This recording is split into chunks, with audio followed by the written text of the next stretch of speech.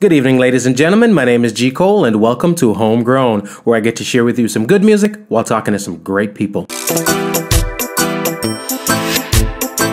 If you haven't yet subscribed, please do, so we can keep you updated when new material is available. We will be posting new episodes bi-weekly. Also, check out the website Homegrown with G. Cole to listen and for all things homegrown.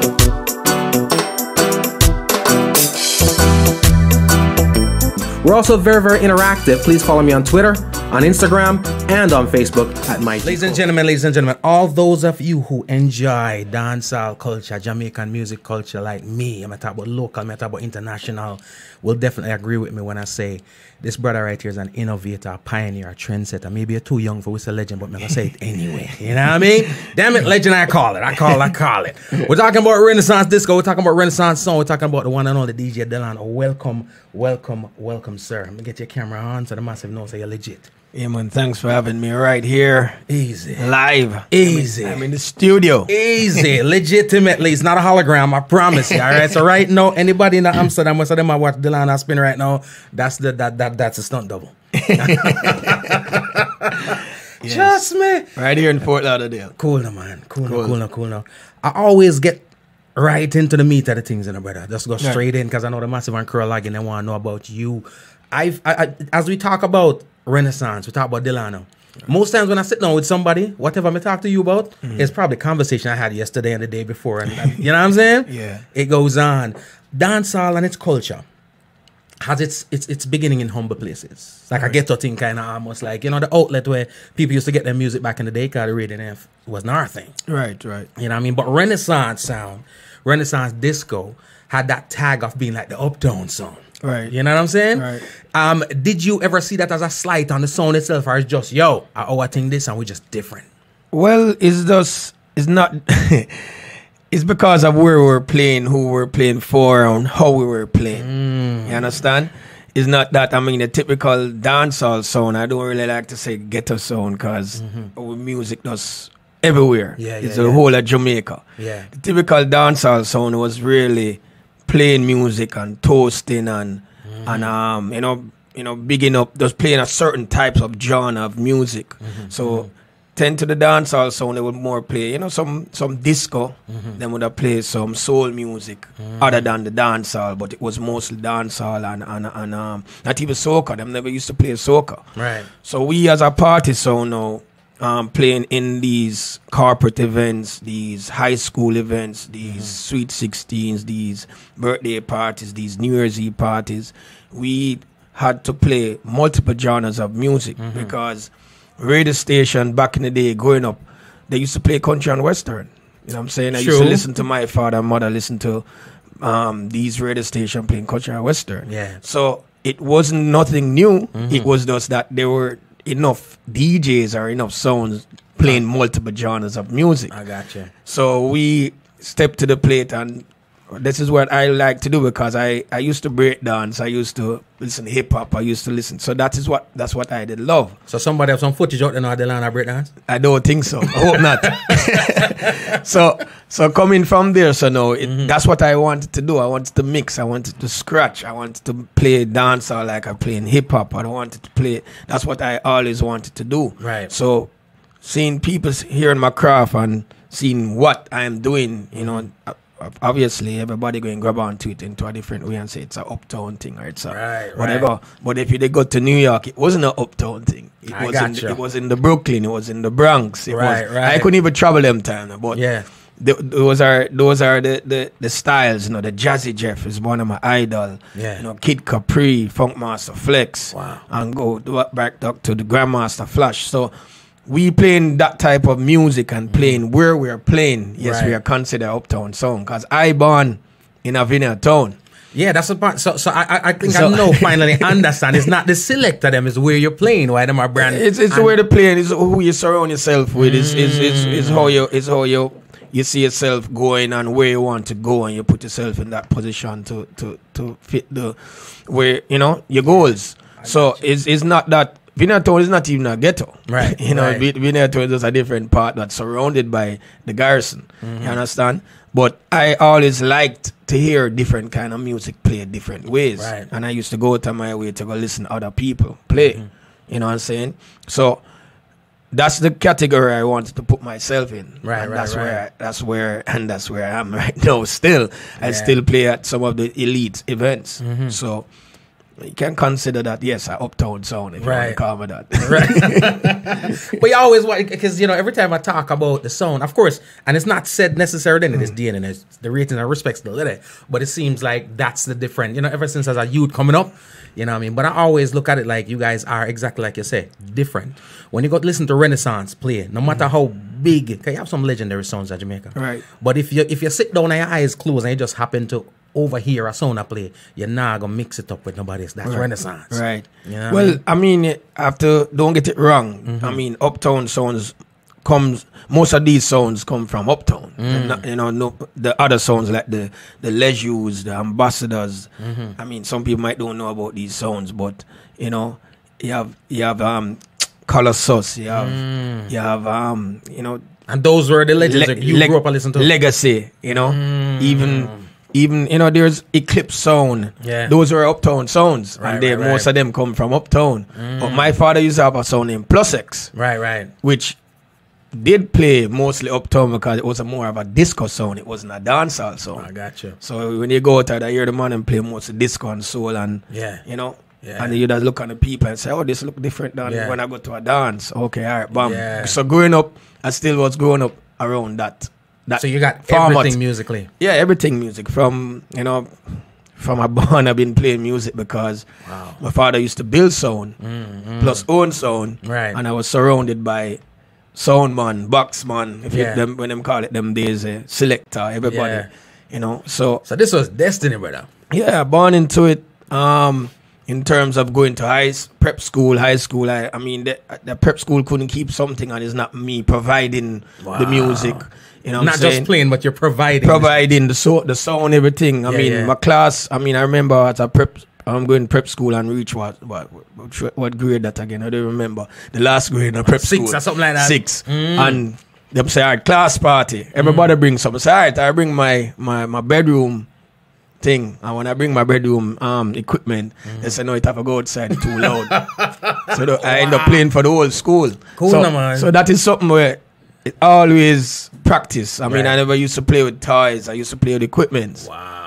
In my backyard, pushing wheelbarrow. So I set up sound and box and really pretend. So it does in my blood. Yeah. You know, although my father wanted me to take over his electronic business. Right. But I had to say, yo, that's not me, because I used to sit down and try to fix amplifier and like, yo, okay. And I might think that. Nobody now move and dance. It's just such a joy and a pleasure when you see people enjoying your craft, you know. So. I get you.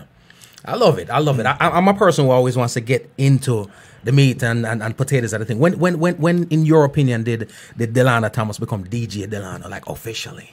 Oh, boy, there's so many, Serrano. There's so many things that I would have to explain. But when coming up as X Plus X, because then I started X Plus X when I was in Vineyard Town, and playing for, you know, private events, office parties. I mean, them never used to look at it and say, oh, we're going to book X Plus X. I'm say, yo, we're going to book that guy named Delano.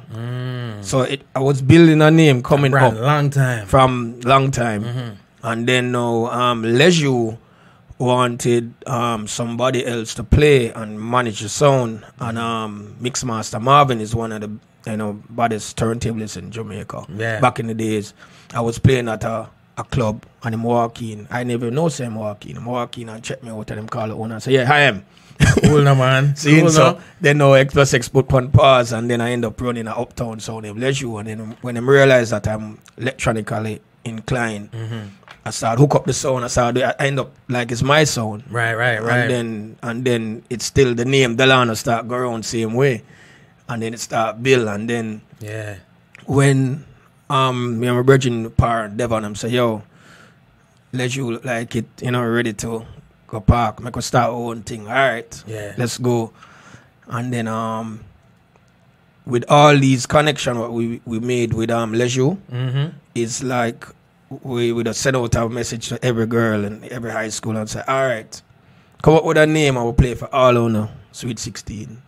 Come up with a name for your song. For your song. And the reward was you play for them for free. Free. Cool. Right. And then Immaculate Girls came up with Renaissance. So Renaissance now end up being a name now other than it was Delano, because the name does sound so massive. It was rebirth coming from X plus X plus X, X plus X, Leisure, then now Renaissance. So it's like we're born over again. Yeah. So being this little kid running up and down playing music and and with all the high school girl them now, yes, you start build a name now. Again. Cool now, man. So it's a girl and selector. Right. So when it come on now, we realize that we'll start really push this sound system. We'll have other people on the sound system, of course, yes. But dub plates was a thing what was very hard at them time to forget. It was very expensive, and you don't know this and you don't know that link. Connects is what it needed for them thing there. Right. So in terms of me starting out as Delano or making a name as Delano, I start creating this fast juggling mix. Right. Fast juggling, playing fast juggling.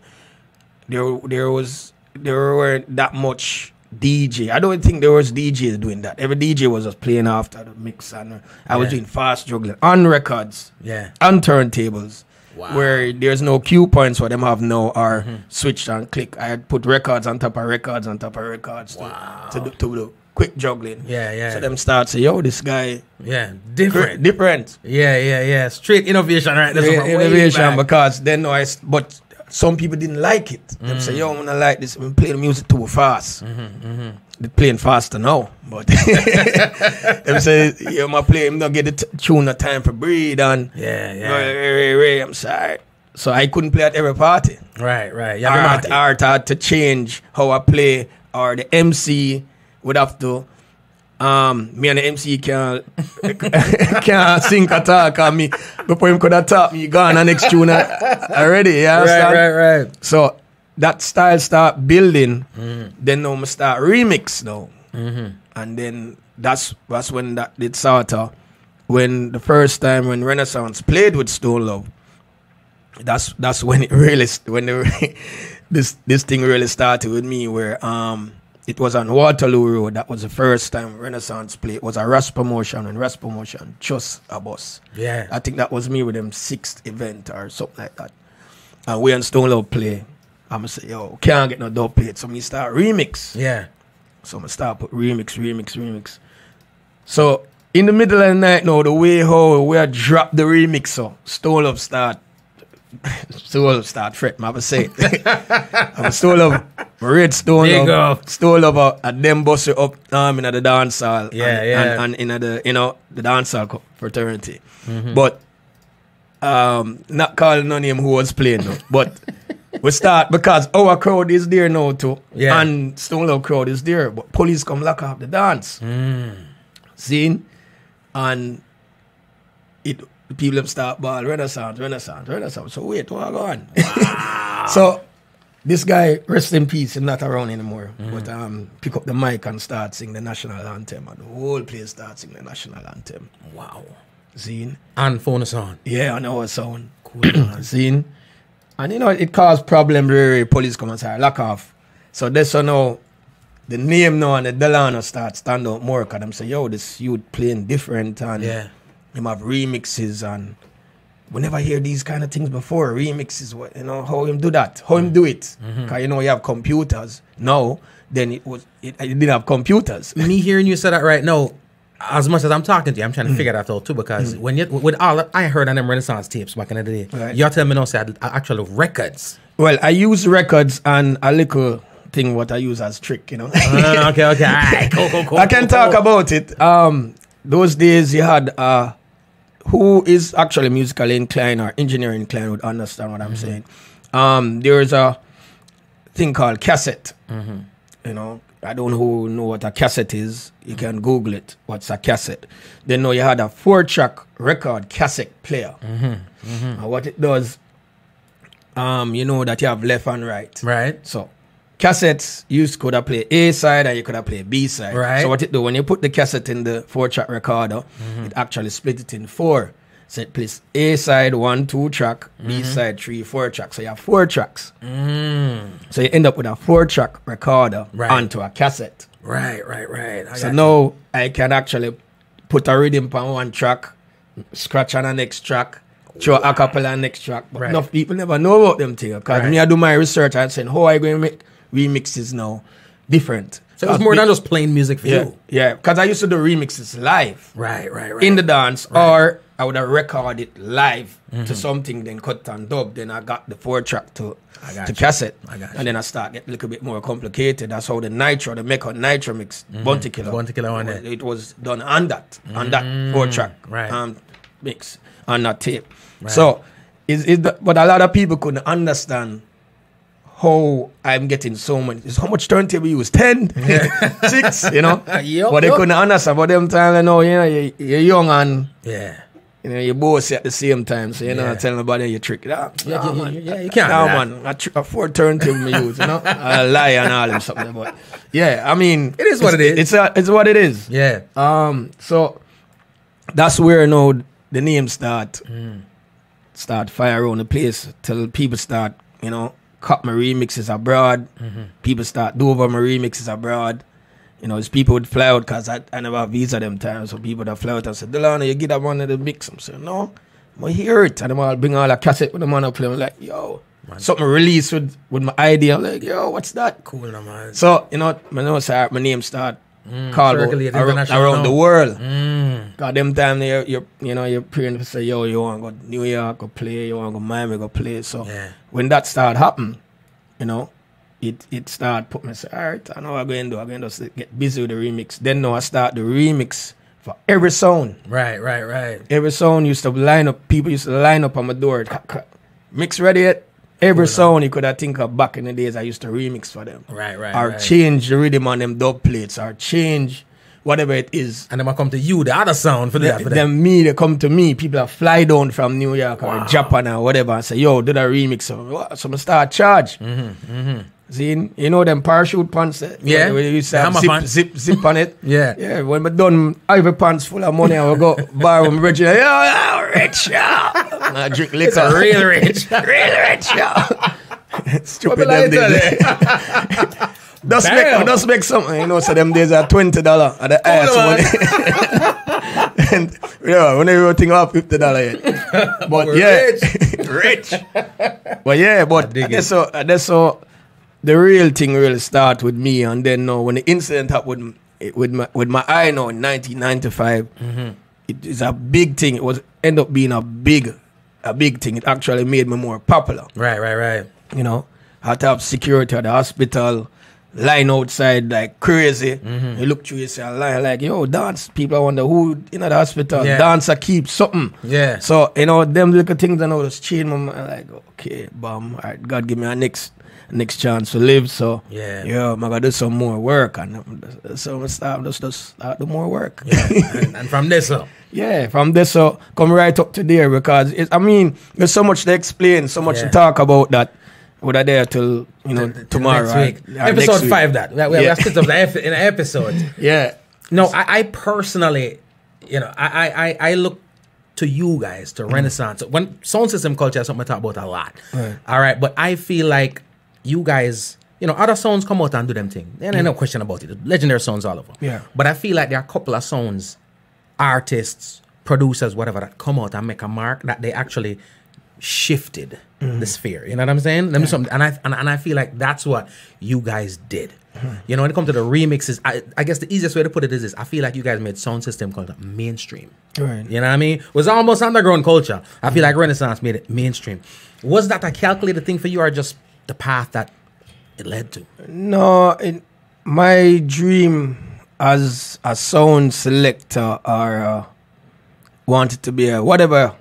I always dream say, yo, I collect Grammy one day. Wow. When I go prep school, I sit down and watch Grammy and say, yo, one of them there. More that, that more want, Yeah. See, like so that. It's not just something, it's not that we sit down and plan it, no, but that was the goal.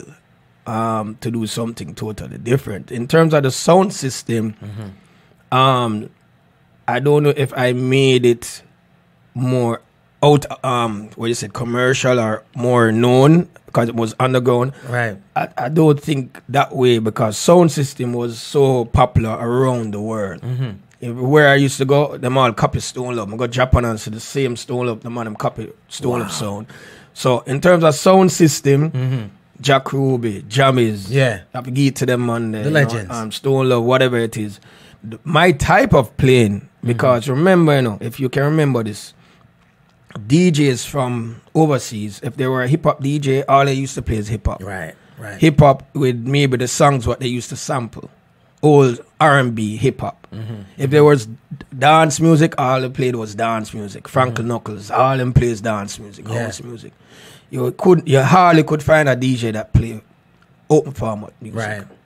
It's 1 and 2, maybe islands, because the islands used to really be like Jamaica and play everything. So what Renaissance has done is make open format more popular. I got you. Because when I used to play out in like certain places and I start drop hip hop DJ look at me like, hip hop? Yeah.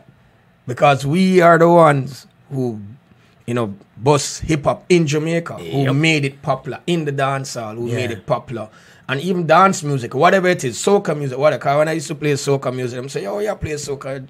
Why not wind up something there you're playing? People used to cuss me.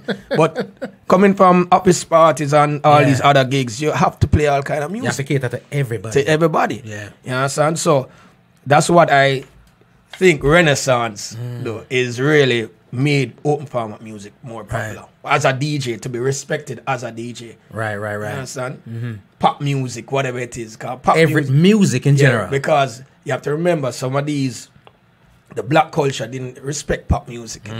That's why Whitney Houston wasn't even getting a lot of what she's supposed to get in other, and that's why I say she should try for be what you call it, garrison or whatever you call it. For try get urban respect. on urban, right, the right word, urban. You understand? Yeah. So it's that. So when them see we as a Jamaican DJ playing other music, them say, yo, you're Jamaican? I say, yeah. They couldn't believe it.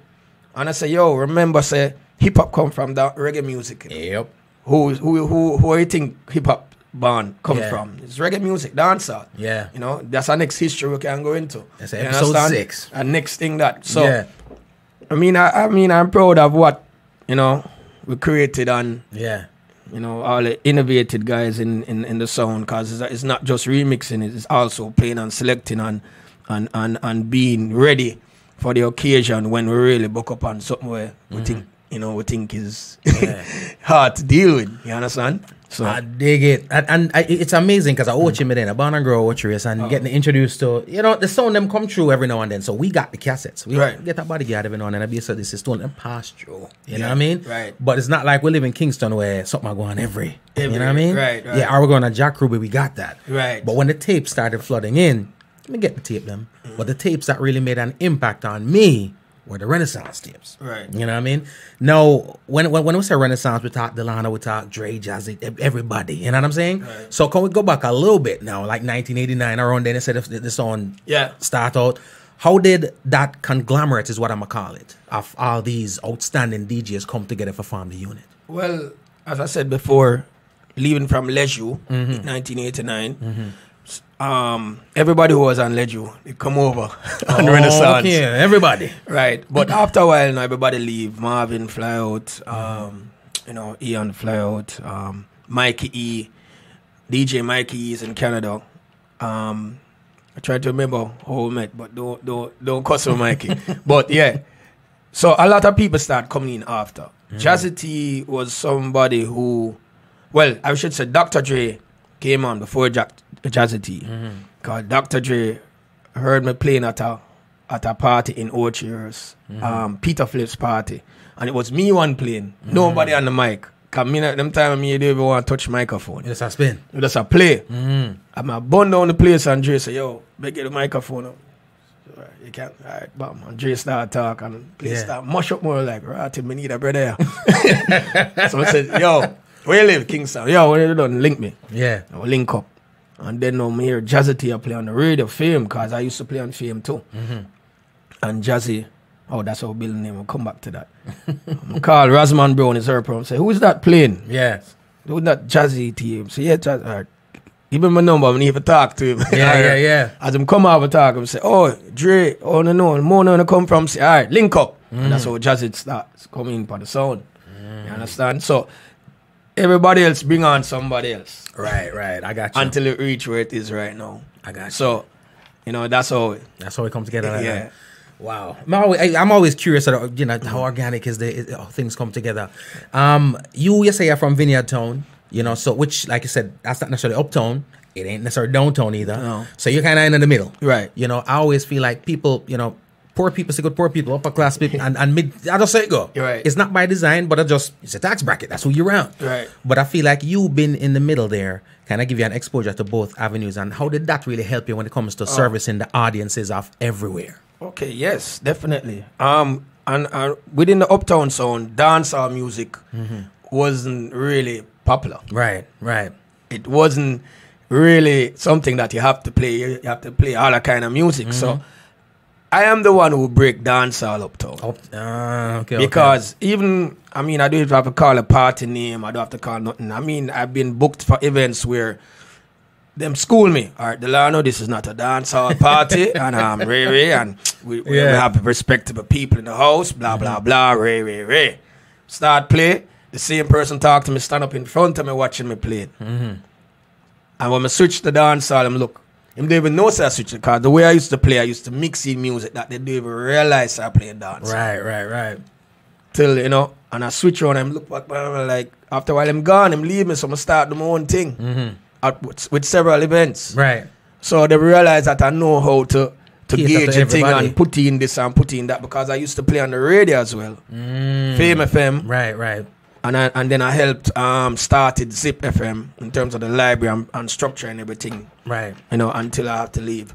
But the experience that I had with the dancehall and with the uptown and with how people react to music, that did help me a lot, because then now I had the edge now to make my thing a little bit more, what do you call it now? A little bit more rough on the edge. Yeah. You have one foot in each. Yeah, so when me go uptown and me touch them a little bit and rub it, them like, yo, this sound, yo. Yeah. So I can understand where people say, boy, you don't play in a dance hall, you don't play that. I was restricted a lot. I remember when X Plus X was around, and I played at a party, them put me in the fucking put me in the washroom. Why? Because a sound man was known as somebody who smoked weed or come out for the street. I talk about some places where I play. Yeah. Remember, so it's not that's no typical place. I play some high uptown place. Yeah. And the more I put me on watch, I'm say, yo, I can't do that. Because I realized when they put me on when the person put me in a different room, them never put me somewhere else. And I say, don't see what I have to do. I have to keep playing and walking out to see what I'm doing, to come back in to see what that's not me. Yeah. See? And then them come to the next party and see how I play. I'm hiring me back again. Same person. So it's like there's a lot of things that I know that I helped change the culture of how people, was thinking about the selectors and sound man and them pieces pure dirty man or whatever in them house or whatever. Cause remember they never have no monitors speak up on the stand, That's big box same way I carry people in my house, So some of you people born and say speak up and stick on all of something. Ain't no Mackies around here. No. We have to carry a box, man. Well, I was a box man too. So I have to lift up the box them, put them in the people in house. And sometimes them come and say, can we fabricate boxes, please? Because them look ugly. Yeah. So they might cover them up. They don't match the decor. No. And we never, them days we never have decor, like them decor where you have the fabric and them trussing and all. Like, no, them thing, pepper light and the box them still look ugly. So, that's where I come from, ladies and gentlemen. Trust me. And I'm not talking no 70s. I'm talking a little bit like 80s, it is something. The 80s kind of vibe. Yeah, we don't want to go too far. I don't want to feel like we're too old, but yeah. Yeah, because I come from the 80s, I have to say it. Yeah. Yeah. I love it. I love it. Ladies and gentlemen, I want to be the massive that's locked in right now. Be here. Where I going? Colin's locked in. Everybody, EK, she said, Kiaset. Mikey Edwards is on here. I said, the things. You know what I mean? So we got the true fans in the building. We're chopping it up right now again, ladies and gentlemen, with Delano. We talk about the culture. I talk about the culture here a lot. Talk to the artists, talking from the upcomers to the heavy hitters right now to the legends. But I feel like it's very important that we get the vantage point of the other side of the microphone, be it radio, be it the selectors, the DJs like yourself. And, you know, I learn a lot chopping up with you guys. One thing you mentioned, you were on Fame. And not just you, but you on Jazzy T.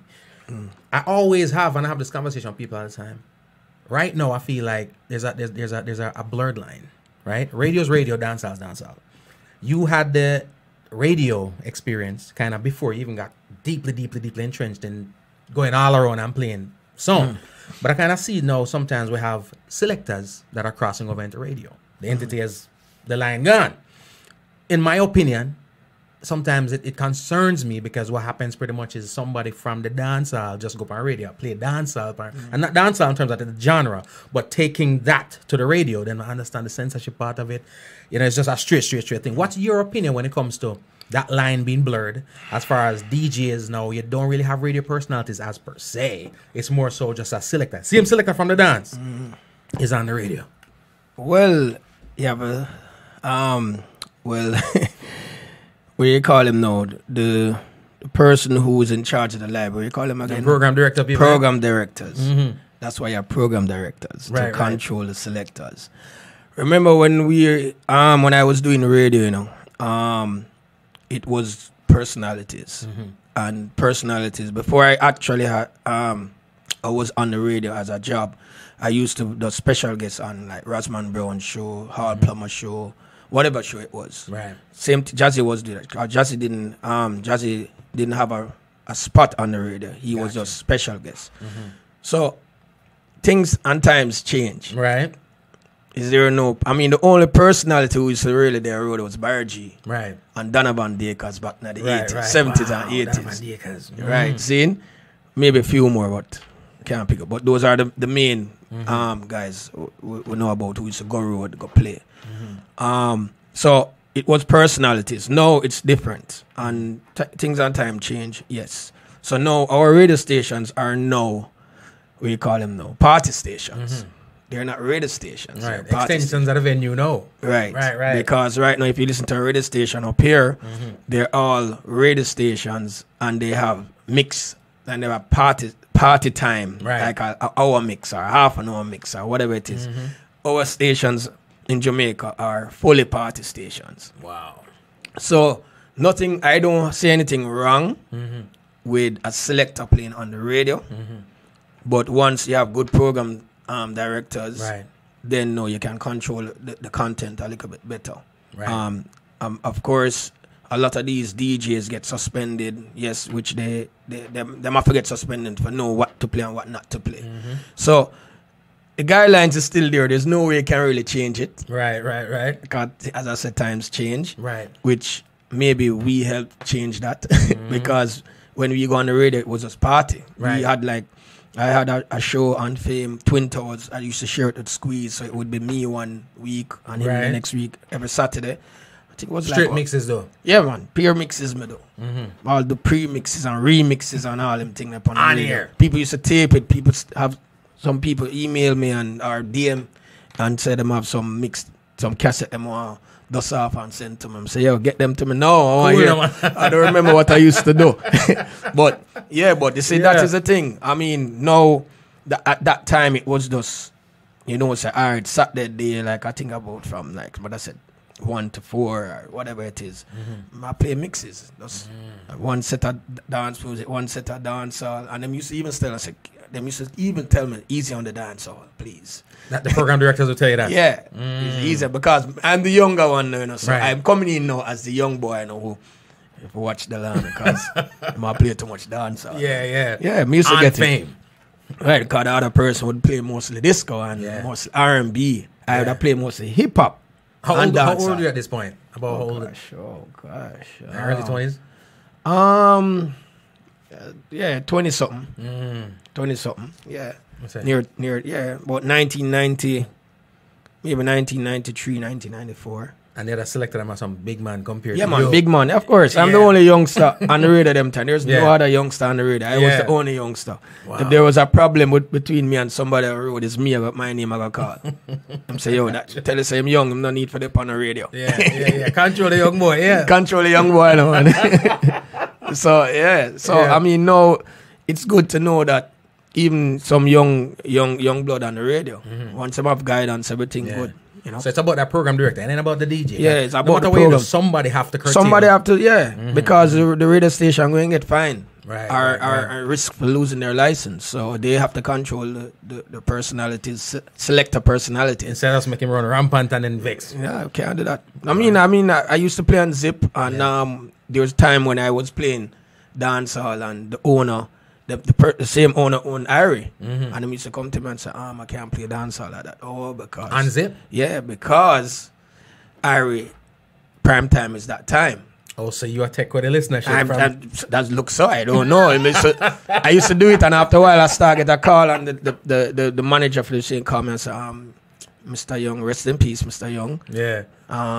You have to change the genre of music now, please, because Mr. Young is very upset. And he wants it. I said, what? No, man. This Lexus called Toyota and say, you can't do it. Yeah. So I know it's everybody have to be controlled. No matter how hype our there's regulations, and you have to regulate it. And it's not my radio station. I couldn't tell them, yo, man, nah, do that. So let's do it. Yeah. And just know, say, okay, I think it's time now for me to exit the station before me get fired. You understand? So everywhere I've worked before, I make sure that I exit out. I get out on my own. Yeah, on my own, and say, I can't do this anymore. You know. Plus, I used to travel, and I used to do mixtapes, which them never used to know. I used to just talk to the person and say, yo, I'm in the airport, I check in on flight. I say, but Delano, you on the radio? I say, yeah, man. Pre-mix it. Yeah, man, I'm on the radio, one. It's in brother this. That's how take a it's a Delano. Twin brother. But yeah. Again, innovation, brother. Ladies and gentlemen, you're hearing it right here. I was talking to a virgin of mine the other day. And I, in my opinion, I mean, could be 100% wrong, but I feel like the way how you did what you did, the remixes and so forth, I think it severely and significantly affected how we in Jamaica absorbed music. And I also, in terms of like international collabs and everything, because what you were doing were remixes. They weren't official remixes. Right. I feel like immediately thereafter, artists soaked it in like, this is kind of dope for real. And then they kind of set off and started doing them official collab with them hip hop artists and stuff. Not to say it was never been done before. Right. But again, I keep going back to, it's like a lot of things that were cult, you made mainstream, so to speak. You know what I mean? I don't know if you ever sit down and think about it from that point, but I feel like that's where your remixes led to. Have you ever sat back and processed it from that vantage point? Yes, because, I mean, as I said to you before, I've heard remix that's released coming from my ideas, and I didn't get credit for it. So, Right. And yes, still me linking up with different artists, like with Bounty Killer. Bounty Killer actually embraced my remix, the Mega Nitro Mix remix, even doing it live. Right. I didn't even know that these hip hop guys used to listen to my cassettes. Right. Like the Fugees used to listen to my cassette. You had no idea. I had no idea. It's when I talking to Wycliffe and whoever, because I DJ for Wycliffe sometime, and him start telling me about some. I'm like, how you know about that? So I mean, we used to listen here. How you think we get our ideas? Wow. You know, I'm like, we listen to all you guys down in Jamaica. So I was one of them who would listen to. Yeah. So, of course, I know this. A lot of people might disagree. They can't. But yes, in mind, I'm not going to like brag and boast and tell you, yeah, it's me, this why this happened. In my mind, I just know that we created a lot of movements into the music industry, into the dancehall, hip hop music industry, because I didn't know that a lot of these hip hop DJs listen to us. Right. Swiss Beat used to open for me in Atlanta. That's one of them songs, the Swiss Beat Bounty Killer. Yeah. When I heard that, I straight said, okay, Renaissance. Yeah. Swiss Beat used to DJ hip hop before I used to go on the set. Wow. And Swiss Beat told me when he's going to start Rough Rider. I didn't even know it was him until somebody said, yo, you don't remember that guy? Swiss. And the Swiss go, yo, Delano, what's up? I'm like, I realized that it's Swiss Beat. And when he went down to Jamaica to voice Killer, he was at one of the cricket. We used to play for cricket mound, and Killer was performing. And him did say something, and the people, I'm like, look at me and say, what's going on? I say, I don't worry about it. Swiss Beat couldn't understand. Right. So she said, I want to get Killer on the track. I said, yo, you should have talked to me. You're Swiss Beat. So, wow. Yeah, Swiss Beat. Yeah, you know what I'm saying? So Swiss Beat, yeah, Killer did mash up that track. Yeah, you know what I'm saying? Yeah. Wicked. So I know most of these, I mean, even Funkmaster Flex, when I joined Funkmaster Flex pool and a lot of these DJs, franchise music, and I was uploading a production or a remix, and his company write me back and say, yo, the quality is not good. I need to go back to the world. And I say, yo, I know what I'm doing. And then Funkmaster Flex come and said, listen to me. And I said to him, I said, I don't know if you know, but I don't know if you know who I am. But and then start list who I am. I said, okay, I got it. I'm going to do what you tell me to do, and I get back to you. You know what I'm saying? So I didn't even know so Funkmaster Flex know. Oh, you were? Yeah. So these are the things. So yes, I agree with you, 100%. But there's a lot of people might disagree. Them not denial.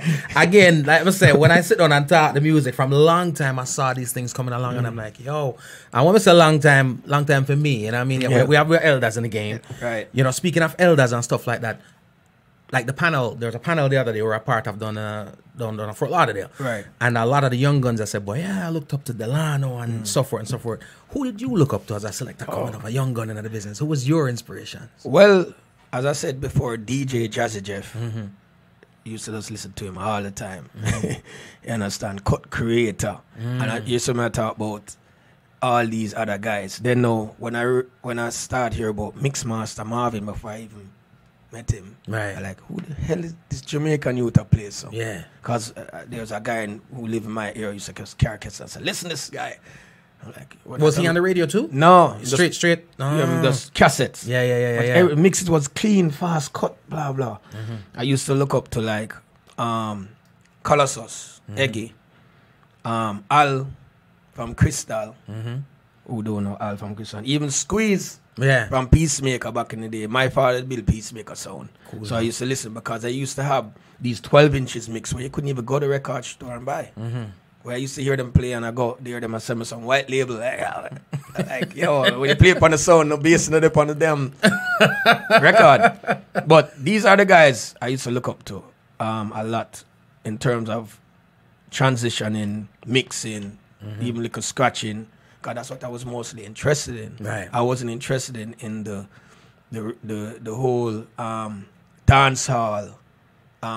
Which is my culture, but I didn't. Right. I wasn't. You're influenced otherwise. Yeah, I was influenced otherwise. Yes, I love the music, but that's why I started playing the music different because I wanted to present it in that form of more creativity, turntablism style of music. So those are the people I really look up to, and of course my father. Although my father wasn't a musician, but he used to give me music to play. If I'm having a party, I used to start play the music. So the early warm up. Our Neagle broke him, show me, say, yo, you need to know to put the Neagle on the record. Stuff like I remember them days you can't touch recording. Yeah. I tell you something, the record them start still in a plastic. You know? Yeah. When you touch a record, them say, what, clean that off now? Say, what you call it? Shamai. So Shamai, they clean out the record. Yeah. So basically, I'm sorry, you need to start getting your own record. Because if you're going to scratch up this, I don't want to scratch up my record. I'm up to start by my own record. And you don't know OGs or them treat them record, you know. Yeah. You can't take a chance with a man carrying them, but you can't take a chance on you can't touch up to now. The man who respect vinyl. Yeah. Trust me, you can't even touch a vinyl up to now. Scratch what? Touch what? No, that's how it goes. You better touch a paper. You know, not the vinyl. Not the vinyl. No fingerprint. No fingerprint on here. Trust me, ladies and gentlemen, the real way I talk about it's actually the music. I always tell people, and of course, growing up in Jamaica is a blessing too, because you know if you pay attention to Jamaican radio, for the most part, you could have hardly back in the day. I grew up in the 80s, 90s. Could hardly hear no reggae and dancehall for a period of time, you know. Yeah. We're exposed to everything else. Right. So I think it gave us the leg up, the edge. Big up Just Music. It just come in. Big up, big up, big up, big up, big up. I'm always late. Always late, man. You know what I mean? I Delano say that, I mean. But I echo the sentiments. But trust me, I say, I used to listen, embrace when Renaissance tape started getting to me. It was like a refreshing thing. Now, I feel like you represent not just dancehall, not just Jamaica, but the entire culture in a certain way. Where if my youth them said to me, say, boy, I make sound like me have more than one, nobody research my one kid. But if my kid said to me, if my son and them said, boy, well, I want to be a DJ, you know what I'm saying? I'll be like, all right, well, you make sure you have a plan B. You know what I mean? Whereas you have other selectors where if somebody say, yo, I want to be a DJ, I like that brother, then I say, you better go to school. Brother. Yeah. You know what I'm saying? Because of how the culture is represented. I went to a party. It was a show. And there was a DJ on there. Established name, popular, you know, right about now, IG, Facebook, whatever. Everybody big. But it was horrible. You know what I'm saying? And as I sat there and hear even people on the mic, it's like the interaction is more negative than positive. Disrespect to people in the crowd, that kind of nonsense. As a DJ yourself, somebody with as much tenure in the game as you do, when you go a dance, not as a selector, but as a patron now, and you have to sit down and listen to some people play, are you that guy? It's kind of like when the chef got a restaurant, go eat some other food, and oh God Almighty, do you feel that way sometimes? Damn, homie. Well, I'm doing it for so much years that I know how to tune out. I know how to tune out, but to be honest with you, I like to listen to even horrible DJs because it gives me ideas. It gives me a way to think or to put myself into a different, wave of playing music. So, yes, they might be horrible, but I just use it as my experience because every day I still learn something. So I know I have friends that DJs will come and yo, this man killing me, man. Yo, them killing me. Stop chatting, man. We're at the party. We could drink some liquor and have some. And let's not. I don't like to criticize DJs, man. I just don't like doing that. I mean, if you really hear me criticize somebody, it was really bad. Wow. I don't really like doing that. I prefer, try enhance, because that's that's my duty now. That's my job now. I actually run a DJ academy in Jamaica. So that don't bother me. And about it, just tune it out. Yeah, because sometimes what you can learn is how bad it can be and what not to do. All right, see, so. That's what it is. Trust me, I always wonder about that now because I got friends that are chefs. And anytime we go on at a restaurant, and them start eating a bunch of criticism. Yeah. You know what I'm saying? So I always wonder about it from that standpoint too. Now, many of the sounds have multiple DJs. Your sound does. But right now, as you guys have evolved, it's highly likely Delano there, Abu Dhabi, and Jazzy T there, Ziwataneo. You know what I'm saying?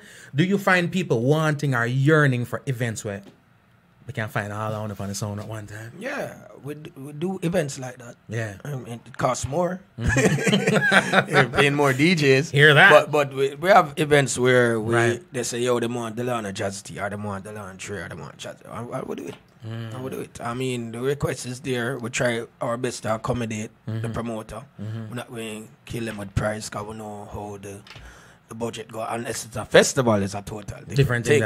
But if it's a party, there's so much you can charge, and you just have to work with the promoters. Right.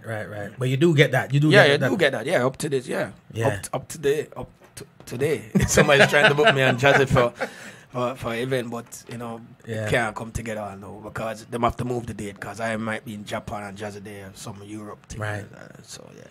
It's amazing you sit down and talk now. I might be in Japan, Jazzy might be in Europe. As a youth, I grew up. Again, I'm a nostalgic dude. Yeah. When you go back to when you go back to Excelsior, when you go back to prep school and everything there, you know what I mean? Could you ever thought? Did you ever fathom where the music would that take you? No. I wanted to go.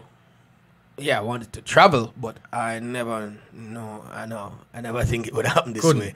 No, there's so much places this music, carried me to, and it's amazing. It's amazing. It's so much to talk about that. I'm just say I'm blessed. Yeah, the whole of us, we're just blessed to just be, because a lot of these DJs known might not see what we, you know, experience. Because we were growing up in a time where everything was evolving, everything was creating, everything was upgrading. Right, right. So every step was an amazing moment. Right, right. You were in the evolution. I was in the evolution. Yeah. So when I remember go to Germany and I carried CDs and the DJs and the promoter them start bun me out. So yo, you come from Jamaica and you play CD. That's when it was changing. Wow. And them never ready for change. And that's a foreign country. Yeah. And we Them Jamaica embrace the vinyl. And then we change the CD and all. So you come from Jamaica and you bring CD. Yeah. So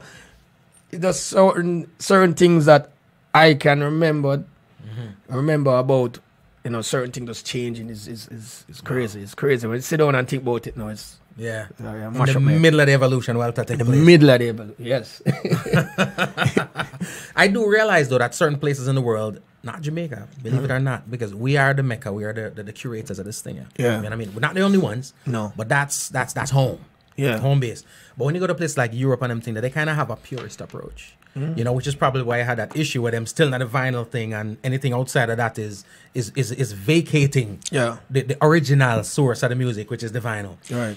It's 2019 now. How do you deal with, because as a DJ, as a selector, you're no different from the artist on stage, and you have to, at a crowd they come for plays, you know what I mean? How do you deal with the purists when you're going to different places and there are certain sounds? I mean, you're known for what you're known for, but you still have the purists in the building. Yeah, but it not as, no, it's not nothing near when it was like back then. Not back then, no, because everybody know the technology. Some of these people don't even know about vinyl. You know what I'm saying? They don't even know what a vinyl look like. Right. So it's a total different time now. It's accepted everywhere you go. I mean, yeah, people still, part of the world still play vinyl. As a cool factor more than anything else. It's more of, that's what it is. So that's not a big problem. No, I'm just talking back in the days. Right. I tell them, say, I need 2 CD player. Them say, what? 2 CD player for what? So they never have it. No, they have to go find it. Wow. Ladies and gentlemen, it's real here. It's real in the street. You're a DJ, but you're also a producer. Right. All right. How easy is it to switch hats? Because right now I see a lot of selectors out there right now who they want to be producers too, or they'll say they are, whatever the case may be, but it's just not an hour. How easy is it for you to come out a selector mode and go in a producer mode? It's easier now. Much easier now. And then? Of course. I mean, I always wanted to produce. I started to produce and have to stop because I couldn't afford studio time, or I couldn't get studio time, or you have to work with this big tape and all them things. When computers come around with Pro Tools and all them things, that's when I end up starting my own studio, and then I could have started produce. So most DJs around the world, but most DJs, they are producers. Right. If you look at it, like, you know, calling some old names now, I can't even remember, but they're producers. So our Jamaican DJs to be producers, that's the right way to go. I mean, you have the Calvin Harris, the nowadays, and what I want people to understand and know, Calvin Harris, Avinci, all those DJs, EDM DJs, is actually Jamaican culture. Right. It's coming from the Jack Ruby and the Jammies, where they are playing their artists. You understand? And playing featured artists. Like I went to this big festival in LA. Soon tell you the name. Coachella vibes there? Coachella. And Calvin Harris playing, and I enjoy myself. And after a while, Calvin Harris put on a song, Mr. Rihanna walk out. Him they were bigger up. Yeah. She wasn't the big thing. It was him. Yeah. I am the man. I'm featuring Rihanna. Wow. You understand? And that's a producer. Right. So coming back to Jack Ruby now, Jack Ruby used to feature artists. It's the same thing. True. And then them start produce. Jamming start produce. It's the same culture. Yeah. You understand? So it's automatically for a DJ to turn a producer. Right. Where else you going to go with the music? Where's the ceiling? Unless you're going to put it down and do a 9-to-5 job. Right. You understand? So if you're a DJ, the most, logical growth process is to turn a producer. I got you. It's amazing as we look at it that way, because you mentioned the whole Jack Ruby scenarios, Jammies, Bobby Digital, all them people. That's what we were doing 40 years ago. 40 years, all right. Making people Silver millions Hawk. today. Yeah. and these European DJs, them just because remember, you know, a lot of people when the hard times in the 70s, them run away to Europe, you know. So the Jamaican culture actually went shocked to them, you Europe. know, shocked them, you know, because I had a discussion with a white producer wanting how him start engineer music. And him tell me, say, yo, when I'm a little boy, and him there, when him move over to London, you see here this man down the road, I play him sound in him house. Cool, man. And people used to try lock him off and too much noise. Nothing about it. But him was so interested. This is a white man now, me I talk to him. I'm say, so what you do? Him say, yo, him walk over there one day and knock on the man door. And the man open the door and say, what you want? And I realize him look down and realize it's a little youth. I'm say, that song you playing, who do that song? You know? And the man look on him and like, this white youth come inside and start teach him the music. Wow. So imagine if one white person got converted like that. Imagine how everybody else got converted. How much him got convert. And how much him convert. So a lot of people who ran away from Jamaica back then start the process. Started the process. Wind rush. Yeah. Wow. That's what it is. Wow. I feel like, again, and you know, it's the accreditations are there. You've played a major role in growing and expanding a lot of artists' careers. Right. You know what I mean? And another conversation I have with selectors here is, do you think selectors, DJs, have the capability right now, 2019 into 2020, to break artists? For boss artists? Boy. And if so, why is it not happening? I don't know. You see, that's sort of a tricky question. I think there's the selectors still bossing artists. I think like Boom Boom. I think Boom Boom still boss artists. But there's so much other mediums right now of getting out there. Getting out there. Social media on a whole. So everybody's doing their own thing. So for a guy like DJ like me who want to play music, well, I think about to mash up the crowd. At the time. If you have focus, yeah. Most DJs right now, because when you get boss a song, you have to actually introduce it in some sort of way for people to know that this song is being boss. I mean, I've on the regular too. On the regular, yeah. It's not that I don't do it, but I don't do it as regular. Right. So it's there. It's still, but not on the. Everybody doing their own thing. Right. So you have to look at it like that. I got you. You have a healthy relationship with the South Florida community. Them know you, them love you. You know what I mean? Right. Them want to see our old foods every now and then I pass through so them can take up a selfie with Delano. So you know what going. You're on the pulse of things right here.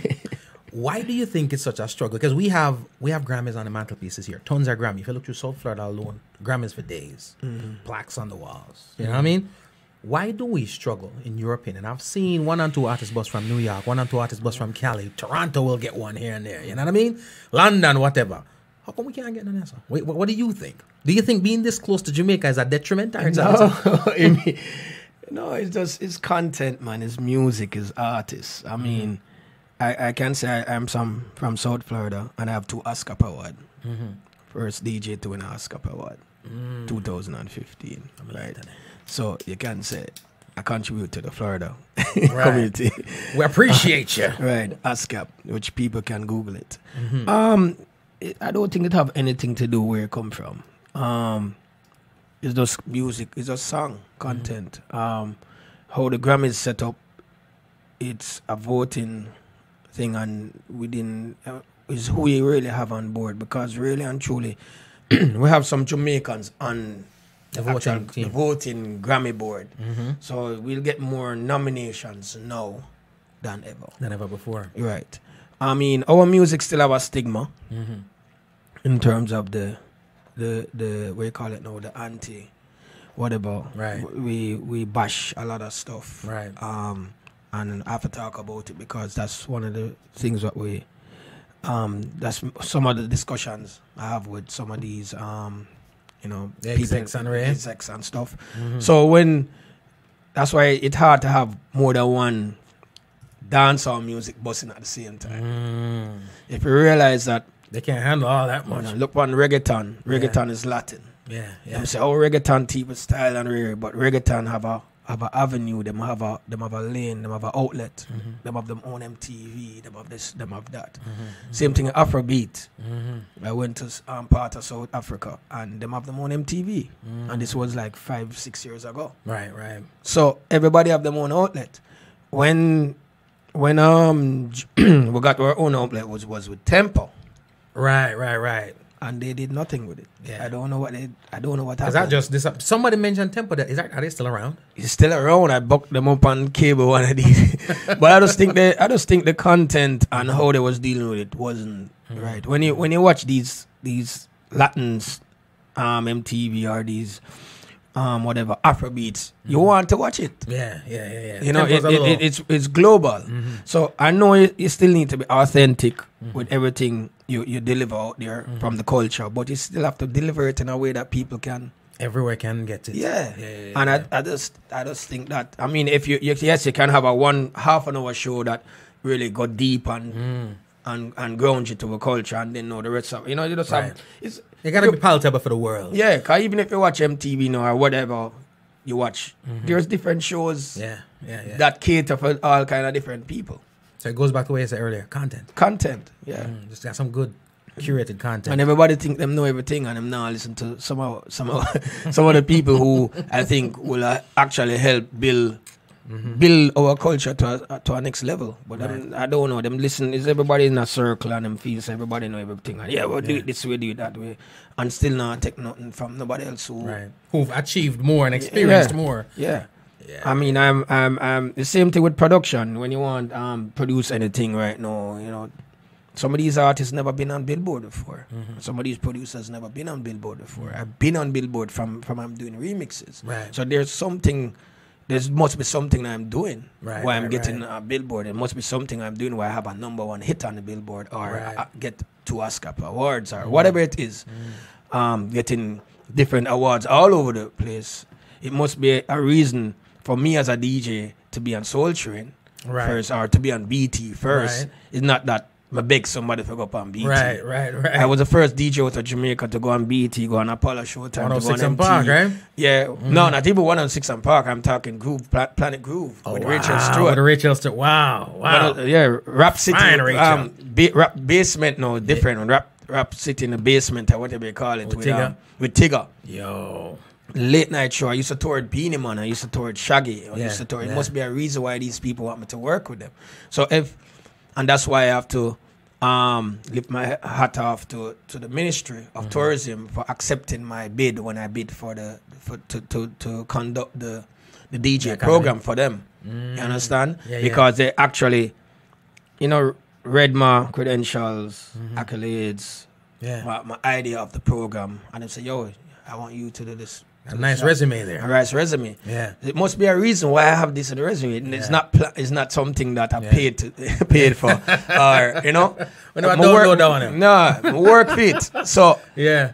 I mean, when I doing my bid and my whatever you call it, the bid for the thing, it seemed like when I read it, I like shit. Damn. Well, I look like my blab my mouth too much now. I don't get myself in that trouble now. I can't manage this program. You know what I'm saying? Yeah. But everything, And when I see them thing, I was gonna ask you about that too, and is that because I love the whole culture. Some people say I love the music, yes, but I love the culture. I love the grassroots nature of our culture, but I'm very, very much for the formalization of it. Right. From musicianship to management to the DJ training program created and provided by the Ministry of Tourism. How long have you been doing that? This is my second year. Yeah. A lot of times when we're doing stuff, sometimes we can't really see the effect right now because a lot of times, especially because you're so close to the fire. Yeah. In the 2 years you've been doing it, can you actually see the growth and development in not the trainees that are there with you, but when they leave and go out into the real world? Can you see it? Well, let me explain the program to you first. It's really this DJ program is really for the DJs who provide entertainment for the tourist industry. Oh. So the first year was for the hotel DJs. This year they brought in the club DJs as well as the hotel DJs. The thing about it is that everybody in the hotel business industry are certified by TPD Co. Is a company that's certified all the workers except DJs. DJs are treated as stepchild. Right. So and just play music. Right. They just play music, or a bartender play music, or whatever. So my program allows them to get certified by me, so they can get training by TPD Co. Oh, okay. So that's one of the reasons. Wow. So the DJs are going to be trained, but they still have to be trained, but they have to go there with some sort of certification to get trained. So they could be treated like a regular employee. Right. So they have to get that certificate from me to go to TBD Co to get that training to be certified. I got you. Then no, the next step of it is how to deliver for the tourists, how to deliver our culture. So that's the next thing that is in my the training, as well as how to present yourself and how to. Because every hotel have different cultures, and every hotel, I've been to a hotel where them say you can't play no dancehall. Yeah. But the reason for that is because whoever them did have there take advantage of the Mocked it dancehall. up. Yes. Yeah. So I have to go in there and change, not really change things. I have to go in there and sort of rap with the DJs and rap with the managers and rap with and get everybody in there and do a different program. I mean, I have my sister in Kelani who helped me to put the program together that helps us to communicate with everybody. Right. You understand? And then when we're leaving from there now, seeing the improvement, yes, I've seen improvement in terms, because remember that most of these DJs are already DJs. Right. So it's already got habits. And already have habits, right? So it's not going to change overnight. Right. But I've seen where, I still have all the DJs on my WhatsApp. I create groups from each hotels, even when I finish with the program, and I still sort of rap with them, because that is what helps me, because although the program is so short, it still helps me to make them a little bit better in terms of how they deliver and how they think and how they put things together. So that is what the main DJ program is about. Yeah. I mean, first time when they sent it to me, I didn't want to do it. You know what I'm saying? But other people talked to me and said, why not do it? And then Kelani came up with an idea and helped me put the program together, which made sense, because I guess everybody sent in a bid and was sending in the same thing. And because of my experience and because of the link with Kelani, we actually put her, she's a nurse educator, by the way. So I put her program together, my experience together, and I figure out ways, all right, this is how we're going to present it. Right. So we present something totally different, and it knocked them off them feet. Wow. And that's how I'm doing the program right now. As somebody who spent a lot of time in the resorts, I grew up pretty much around that stuff. And even now when I go on vacation, I can see the value of that, because there are many times that I go into a resort and even watch some footage on YouTube. I see some footage sometimes. Some people go on some vessels, some catamarans or whatever. And when the music starts playing, I just feel away. Yeah. You know what I mean? Because it's like you can tell them are cater for themselves, and them virgin are there on the pier with them. You know what I mean? But once that boat sails off, they're not really delivering our culture. So if somebody was to go home and then somebody asked them, how you feel about dancehall culture or whatever, based on what was presented to them, it'd probably be repulsed. Right. So I think that's probably very, very, very good. Well, let's actually explain that again. Jamaican culture is not just dancehall and reggae. Right. As I said to you before, we grew up on country and western, we grew up on all kind of things. So the thing about it is that you cannot force people to like something. Right. So you can't just keep playing something. Like them say, you can't carry the horse to the water, but you can't force the horse to drink it. So you can be playing this dancehall and reggae music, and people say, yo, what the hell is that? Can you change it? So you have to find a way to deliver it. Right. You have to mix it with what they know as well to make them accept our music. Can't just play our music like that. Beat down cartel down and short. Right. Yeah. So that is what. That is one of the things that is done in the program. To tell them, say, all right, bam, you will end up. It's the same thing with me when I tell you before that I was playing, uptown and them never want to play dancehall. By the time done with them I listen more dancehall than everything else. You get what I'm saying? It's the same procedure. But it's how you deliver it. It's just how you deliver it. Right. Package it. It's like a present. You can put a smart. All right. Same thing. I love it. And I think it is so necessary I would have never thought of it, but Matthew say it necessary. Yeah, I mean, for big up to linkages, you know, TEF, which is Tourist Enhancement Fund. Those are the guys who actually, you know, sell off this thing, make it work, you know. So I dig it. For big up to them, hopefully I get a third year. It's very short. It's normally start between say October to March, first week in March. So I have to make sure I do at least. I think we're doing like over 20 something DJs. Wow. Certifying 20 something DJs in September. When you find time for them thing? Well, I have to do it, Brethren. Yes, I mean, once gotta get done. I'm just signing the contract, I just do everything around it. Date coming on, I can't do that date. All right, we'll do that date. Bam, bam. Still keep myself busy and still do that program. So I'm actually more in Jamaica than anything else right now. As a result of that, too. Yeah. But like how the program ease off now, I just travel a lot. Right. Fill it in where you can. Right. I like it because, you know, even as I sit down and talk to the musicians, I know a lot of musicians feel like they're losing their spot right now to foreign musicians and stuff like that.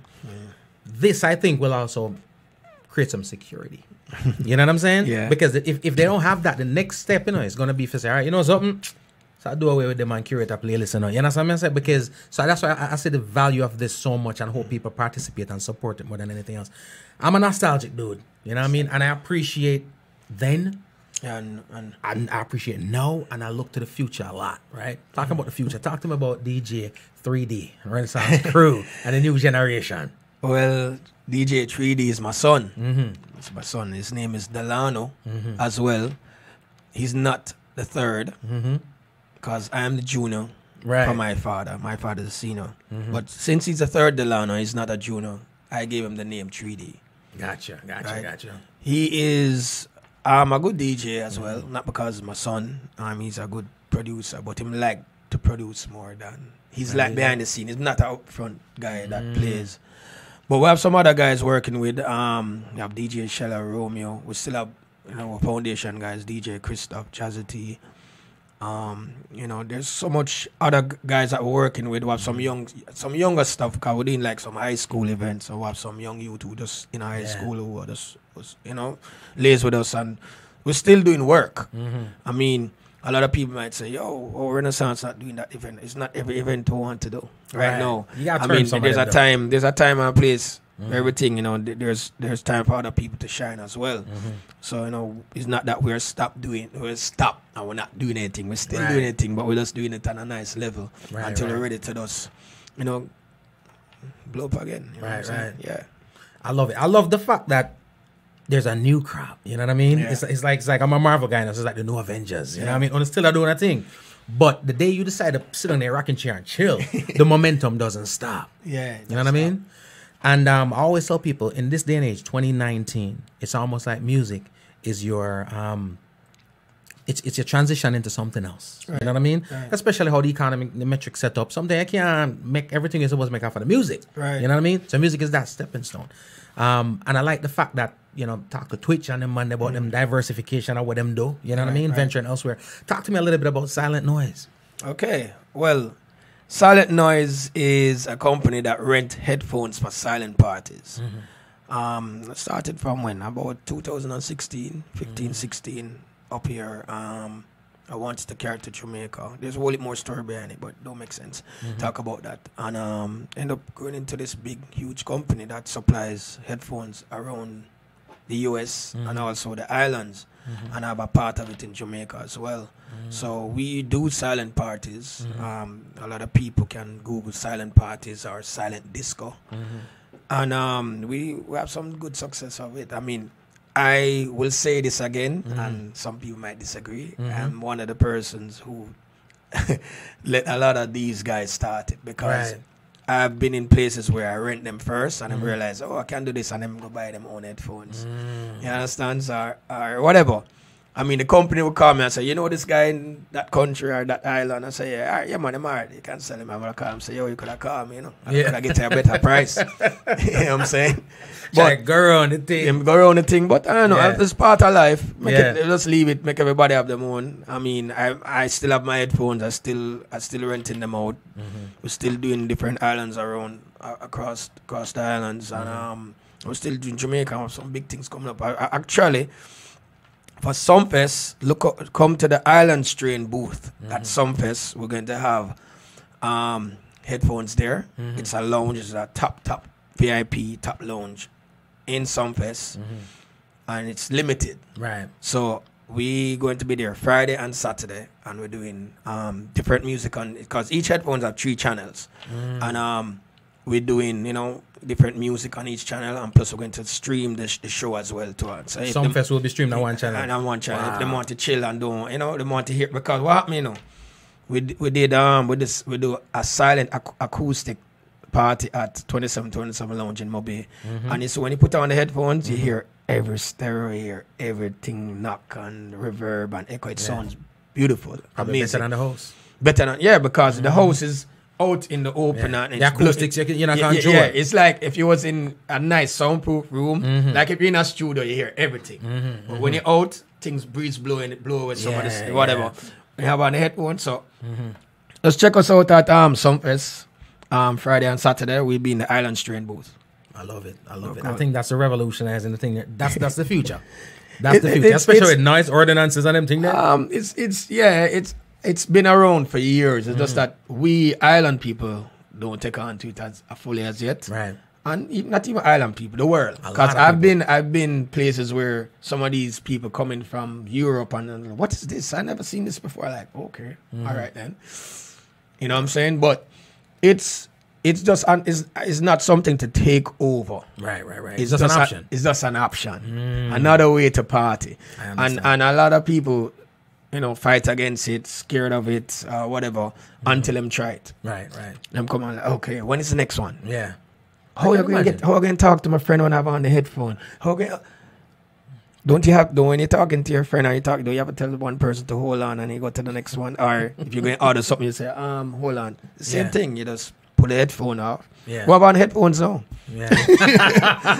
So it's not difficult. Come on, it's not difficult. So when them try it, them realize, it's nice. When is the next one? So. Yeah.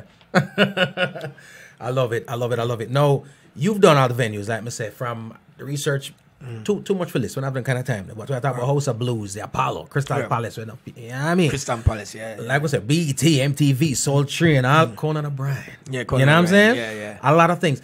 And I'm stopping, like I said, because 2 episodes that just to cover all of that.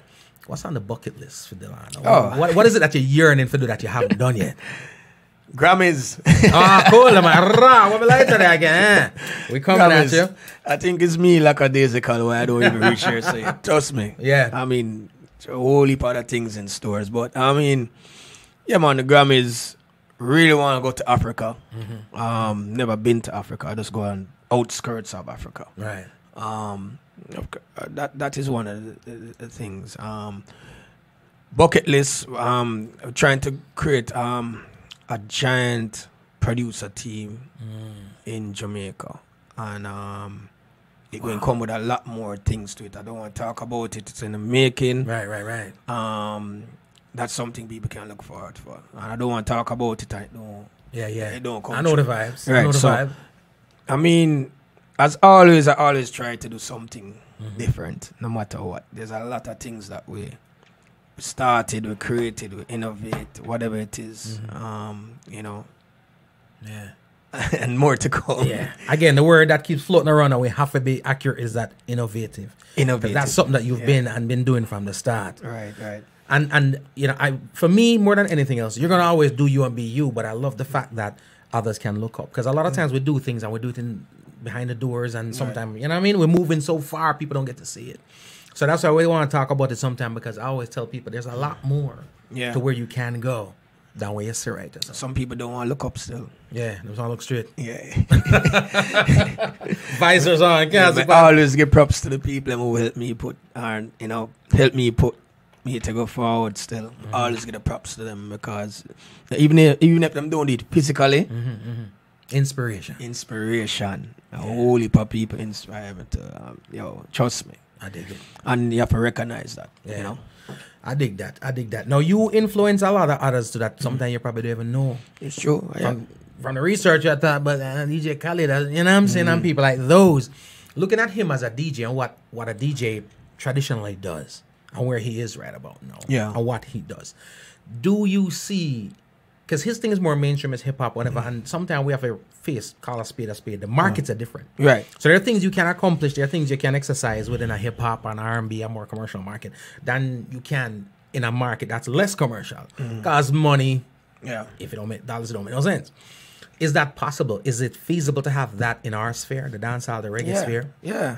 It's just that the artists, them have to give their DJ them more respect. So that in itself is an issue. Of course. Yeah. Because when Khalid come, I know when Khalid used to sleep on the floor at Jazzy T yard. Khalid used to stay at my house at Jamaica. Right. So the stories what Khalid have. Khalid used to keep a birthday party every year. And the Jamaican artists were the ones who give him the biggest fight. Wow. Because like him they more charge him a big money or they more Right. and Khalid used to cuss. And then that same night when he had the biggest argument with some of the artists, Jamaican artists them, Puffy walked through the door, Busta Rhymes walked through the door. So yo Khalid, I got you. Yeah. And from that, if some people remember Khalid, you know, there's one point Khalid wasn't even doing no dancehall. There was one point. Him did not sleep because him start winning the radio shows. I mean the hip hop summits. Him start getting guests. I mean his terror squad. People start helping him all over, and these are the people him wasn't even begging to help. Even look for them direction them. No, him just love dancehall. Him love reggae. Yeah. Cause they love it. If you listen to him at Busho, him a play him rate Busho. Yeah. Cause from them time we used to keep parties together at Busho. Wow. Straight. Wow. You understand? That's why I see him go out so hard for Busho. Yeah. You know what I'm saying? Rate Busho. Yeah. You The history is there. It's a real something. There's a real thing going on between him and Busho. It's real. So when Khalid bust now, you see him dress back now and say, all right, I want to do about dancer. And that's why I'm trying from Mavado. With Jazzy T actually, I wanted the instigator with that. I know he was around when that connection was going on between Mavado and Khalid. And that's why I see him draw back for it, because I love dancehall. He want to do it. I mean, every time he's doing a show, like even on the iTunes, whatever, the Apple Music. Yeah. Yeah, he always give us an hour or half an hour. Him still want that vibe. So it's passion. It's way more than passion. business. Khalid used to play a fully loaded. And our sound. And we bring you on to that too. Yeah, so before him and Sean Burke really link up, it was me first carried Khalid go Jamaica. A party named Clock Strike in an Ocherist on the pier. Me and Jazzy did do that party there. We rent all bus and bus them down. First time I come to Jamaica, I love it, yo. And then I meet Sean Burke, and that's when we get on fully loaded and all those things. Wow. So these are the things. The same thing with Mataran. When Mataran leave King Addies, and me I do my party at a club called Mirage. When Mataran reach Mirage, security they want to let me in. Them don't know who's Mataran. Mataran can't cuss me. But I'm a friend. Mataran, I'm a friend, you know. So we have to go outside and bring in Mataran. That's why me and Mirage actually kick off, because every celebrity or upcoming celebrity or artist, they would have give them problem for coming in. See? And that was what was the downfall of Mirage. Was the biggest club in the island. Yeah. Biggest, no other island. Even some of the biggest club in the States. Mirage had TV in the ground. Wow. And I used to do my event. I used to wrap line around that building. Cax, Mataran, or Twitch, or whoever. Right. You understand? So these are the things where we know the history of Mataran, we know the history of Twitch, we know the history of Khalid. A lot of these DJs will come up along when, as I said, I'm in the evolution. Right. Literally. When everybody come up, when everybody arise, we arise same time too. You understand? So some have a big enough respect to Khalid still. I mean, Jamaican, as I said, for a Jamaican DJ to get that, the DJs, the artists have to respect the DJs more. Right. That's how me look upon it. And that's going to be a struggle. And take more directions from the DJs. ZJ Chrome is one of the selector who could actually do it. You know? But he's a very quiet person. Right. The personality different than a Khalid. You need to have a big personality. You have to have a big personality. But he's a good producer. Right. Chrome is a good producer. So you don't need somebody who will have that. Yeah. Khalid is just hungry. Yeah. Something special about a brother. Yeah, I'm just hungry, man. Yeah. I'm just get there and remember, say, when I'm on the radio, or even R. Kelly, them time R. Kelly I dropped the stories. What you call it? The Trapped in the closet thing. yeah. Khaled used to drop it first back then. Wow. You call him, yo, drop this now. And you look on it like, yo, them days I say, yo, what go on? Because we're still a part of Khaled them time. Yeah. So that's what I'm saying to you. It's just some personality. Yeah. You know, and then PD, they start deal with them and everybody. So that's why I see him reach where him reach right now. Wow. So, I mean, Mataran could have fit that. Personality-wise. Personality-wise. Yeah. Even have the personality. Even have the personality. He is. You know? Yeah. It's just that sometimes some artists just don't give it the respect because Mataran, if an artist mess with Mataran, I tell him about him clot. Him not going to play around. so everybody have their own personality. You don't know it go, but it can work, man. It can work. I hope so. I'm looking forward to that. Somebody going to do it, but don't know who yet. Maybe not my time or next. Somebody will come up and do it. You can do it, huh? Yeah. Anything is possible. You never know. Anything is possible. They wait. No, you're still a young fella, right? Yeah, still young. Still a young fella kicking and screaming, but the Jamaica Reggae Industry Association recognized you. Right. And Renaissance, right? For your extraordinary impact on dancehall culture. Right. All right. Again, I say, still a young fellow. Because normally those things are bestowed upon older folk. Yeah, you know what I'm saying? That's true. You're young and still in the trenches. What was that feeling like when you forget that recognition? It was it was actually still shocking because, as you said, looking around up and other people getting these honors were much older than me. Right. And they're the ones. Yeah. And they're coming up to me and telling me, yo, respect for the work you do. I love it. And like, them give me respect while me I said, no, respect to you. Yeah. You know what I'm saying? So, of course, it was I mean, anybody could hear the speech. My voice was... Yeah. I said, me as big man and voice a tremble and I make speech. I said, what is man? What kind of man is me, man?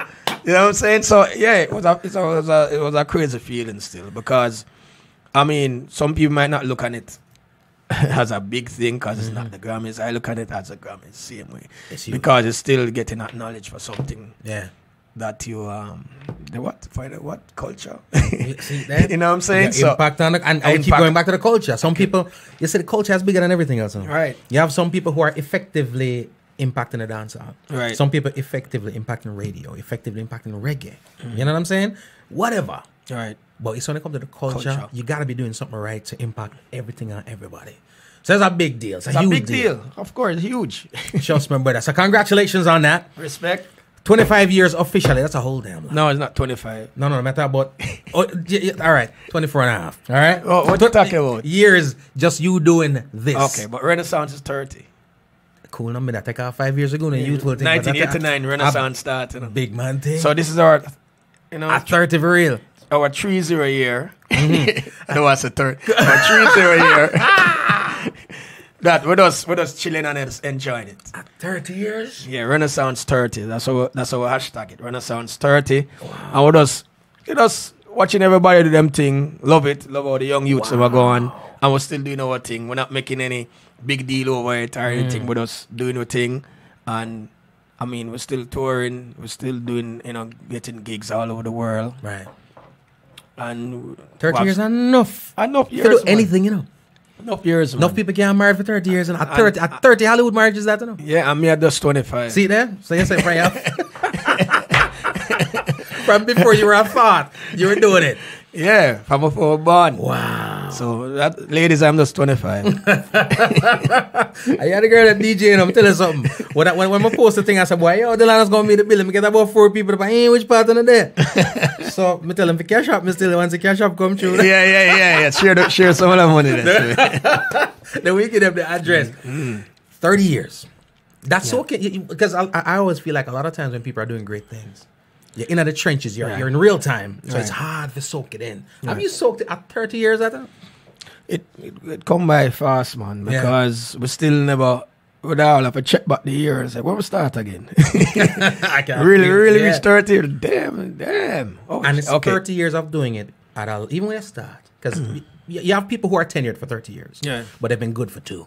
Right. You know what I'm saying? 28 years of climbing. Oh, I reached the mountaintop 2 years ago. But I'm talking about all this time doing it at a certain level. Yeah. It's not just doing it. Yeah. You've been doing it well and great for a long time. Yeah. I think we're climbing pretty fast into the business. No social media. That means no YouTube, no pre-IG. Yeah. Yeah. We were the first sound in Jamaica to have a website, though. For real? Yeah. And a chat room, which we had to close down. Really? Innovation. I couldn't. I can't. Parents used to call us and say, "Yeah, this is nonsense. You can't be having this. My kids on and we have to close it down because them start cussing each other up on the chat room. In the chat room. Because I remember there was no Facebook. Them time, you know. So we have chat room. Real chat room. I'm big up to TugEyePartyInc.com who say, "Yo, you need a website." Say, all right. How that work? Because them time the internet just get to the public and things just happening. You had some other thing like High Five or whatever the name last 2 days. Yeah. That never lasts. That never lasts. So we'd have our website and so there's a lot of things that, as I said, we grew up with everything that was starting. And I mean, I'm happy to be a part of the experience that I could experience. Right. You know, like when you watch CNN and you see 60s and you see them are documentaries say 70s. And so when it reach 80s, you say, right time now. I remember when cell phone come in now and then the 90s and then, Wow. Yeah, I was around and a part of that. So I love that. Outside of the fact saying enough, and you no longer have to be traveling with these big, heavy bags, right? do you still love this like you did then? Yeah. I mean, I love it now. I love it more. I mean, for me to pick up a vinyl now and travel with it, I don't even know where to find them properly. Right. You know what I'm saying? But no, man, back then, I mean, you couldn't think of nothing else that would have changed. When we are playing vinyl, we never think this would have changed. Yeah, you think today our vinyl is same way going. Yeah, we never think about no CD. And when CD come, I never jumped to CD like that. It's after a while. So you were a hard one to convert. Yeah, maybe the last one to convert to. And then when it come on to computer, it was the last one. No, I wouldn't say the last one to convert, but it took us a while. Yeah.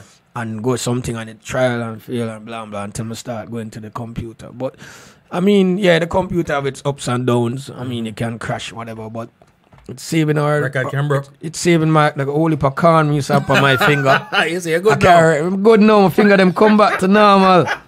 You have can from my finger record box. From being wow. See, and then I have to be 2 hour travel because they know you only can carry one crate. Them time I used to get one case free. So when I check on one case, you check on one and pay for the extra one. You know, or you know. So another man that travel just so him can carry the thing. Yeah, but normally you walk with an MC, you know what I'm saying? But I mean, the technology right now is good and bad. Right now we just have to look on the good of it because it working for us DJs. Right. Makes life easier. Yeah. Less so then call it now less icy hot. You gotta be traveling with. Back all right now. At the end of the day, for the DJs watching, right? Because again, the culture is a culture. A lot of people benefiting, but for the DJs watching, word of advice for the upcomers coming up right now. Well, to me, I've always research, being a DJ and research music and research culture. That's something that I actually always talk about in my training. It's something about research, knowing where everything come from. It make you a better DJ. You'd hear something new playing today, and you know it's sampled from something old. You do research, know it come from, because when you listen to some DJs and you say drop some of the old stuff and drop new DJs, it sound good. Yeah. So it's always good to research your music, research your culture. Right. You understand? The history of the culture and your equipment. Knowledge is the key to being a DJ. And also try to perfect your delivery. Right. And control how you deliver and how you present yourself. That's something that in terms of a DJ, people expect me to give advice on technical stuff. Right. Most of the time. You can pick that up. Yeah, you can pick that up. If you're a DJ, you will pick it up. When I was starting out as a DJ, I had to find out the hard way. I had to find out the hard way. You know, son, it's not that my father wasn't just no say record clean, put on a record and the sound good.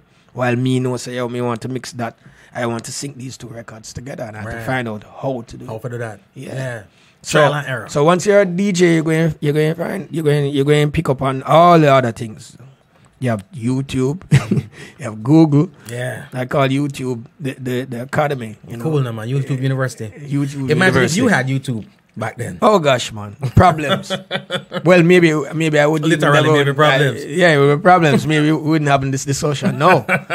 For real. You know what I'm saying? Yeah. Because we have to figure out stuff on our own. Yeah. So it's actually easier now to be a DJ. Yes, it is easier now. And I don't want nobody come cuss me off. Yeah. Because we block them. Right. So it's easier to be a DJ now. So all you have to do is do your research and study. Knowledge, as you say. Yeah. And that's the main thing. I dig it. And it's funny you mentioned that because I recalled watching one of the major DJs, hip hop DJs, have their own radio show. And we don't know it all.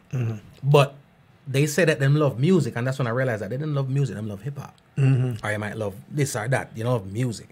Because what they were talking about an Aretha Franklin, which is a popular one. It's not like some classic one nobody knows. Yeah, right. And he had no idea. Oh, okay. You know what I mean? And I'm talking about one of the biggest. And I was shocked. I was like, yeah, but that music him love. Him love hip hop. You know what I mean? Ladies and gentlemen, I want to big up everybody. Wall Street, Just Music, Cindy Paint. We got people from all across the globe. Titus, everybody. All right. Who else is in here saying what up? Action Kwame in the building. Everybody. A lot of DJs. Jeremy and Reed, so if you big up yourself, Renaissance, big up the Dility. I don't know. You know, you go way back when you started saying, yeah, I know I'm a Dility. When some said Dility. Yeah. It's real. Or if somebody call me a next name, but them not call me, so that mean them not wake up yet, or them gone sleep. Are the comment gone on the timeline? Yeah. We're not calling the name, but yeah. Trust me. Where can the masses catch you next? Well, where were they? No. Crave Lounge. Crave Lounge Wizard doing a birthday celebration July 27th at Crave Lounge in Fort Lauderdale alongside Radcliffe. His birthday. We are all Leos. We are Leos. Leos rule. And I'm not arguing with anybody. Yeah, Leo's rule. I really can't run anything in it, but we alone in a lot of part of the month. So since the Fort Lauderdale with it, link up July 27th at Crave Lounge and celebrate her birthday with special guest passing through. Going to be a party vibes. And that's what we want. When people come in, them just party. After that, we're there in New York for a boat ride called Brunch Ride. It's going to be, I think, the 11th of, it's a Sunday, 11th of August. And then we're there. Atlanta for 1996, the 17th and the 18th, with some boat ride in Canada, and then Calgary the 24th, then back to New York for Labor Day weekend, New York. Just look out for me. Just follow me on DJ Delano JA, DJ Delano JA. You see that? Then September back in Jamaica for some corporate stuff. Then Japan, I go on a 2-week Japan tour. Then just follow me on Instagram, DJ Delano JA, and just check me out, as I say, Island Stream. Right. Going to the silent VIP booth for Island Stream. That's at Sumfest. Sumfest at Sumfest, and Sumfest is the show is the 19th and the 20th of July. Yeah. So let's check us out. Big up to the Sumfest crew and Down Sound Records and the whole Massive and crew and all my Jamaican and everybody who love the music and respect the music. Bless up, It's going to be live. Ladies and gentlemen, check out, and you mentioned IG. What website? Or Renaissance website. Well, djdelanoja.com. Right. The website's under construction right now, but it's renaissancejam.com. But just follow us on right now. The Instagram is the strong part. The best thing now. Right. Renaissance Jam is the Instagram. Renaissance Jam and DJ Delano JA Instagram. Check us out. Check it out. All the information is there, ladies and gentlemen. All right, so vibe. We're sitting in with DJ Delano, brother. Give thanks. Respect, man. Respect for having me. What's a joy? I'm going to give y'all a tune or two, so I'm going to feel some way I will out on it. This one is Sharon Boney from Israel. It's called Who I Am.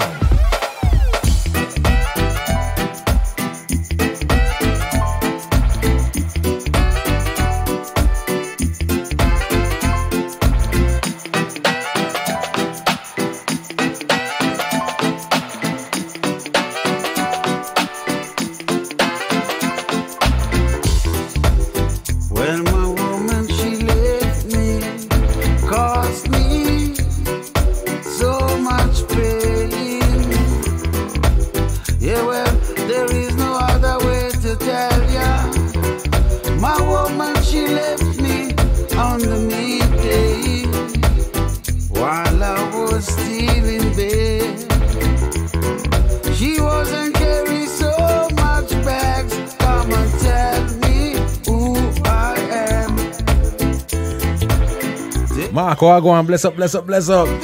It's a vibe. I appreciate y'all.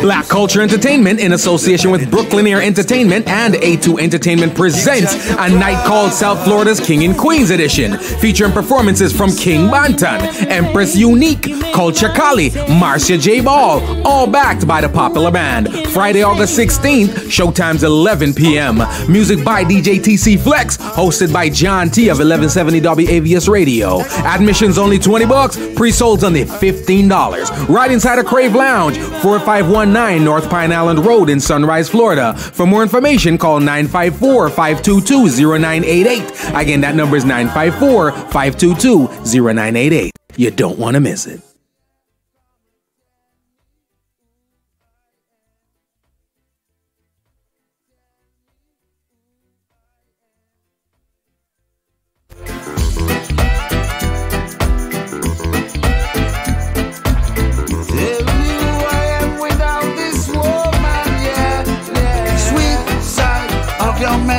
Hold him tight, don't be the end. Simply, man, yeah. Ladies and gentlemen, I want to big up everybody that's locked in right now. Thank you so very much. All right, Shamar, Courtney Wagwan, Wall Street, Clive, blessings. Splackavelli, what's up? Frida, my massive crew in the UK right now. Europe, everybody. Oh, Jorena, baby Caden.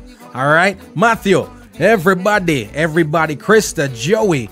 All the DJ Delano fans that's in the building that don't show up on him today. Big up to the whole owner also. All right, Cyclone in the building. Ricardo, Matthew, Jeremy, and I'm taking this moment right about now. Shout out everybody. All right, all the people that I missed, which is the other 500. My apologies. All right, but I appreciate it. It was a great show. I got to get up out of here. All right, but I thank you so very much. I'm gonna leave it with this one. It is contagious. It is Chris DeMontague. All right.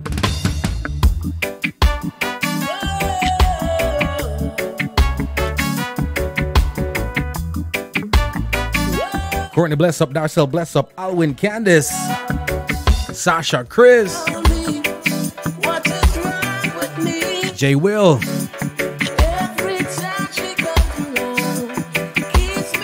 what going, Frizy?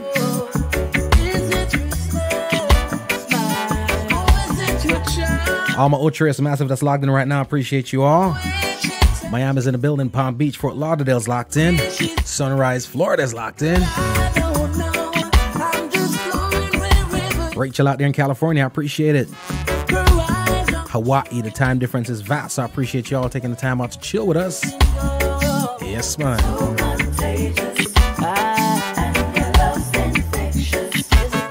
Noel.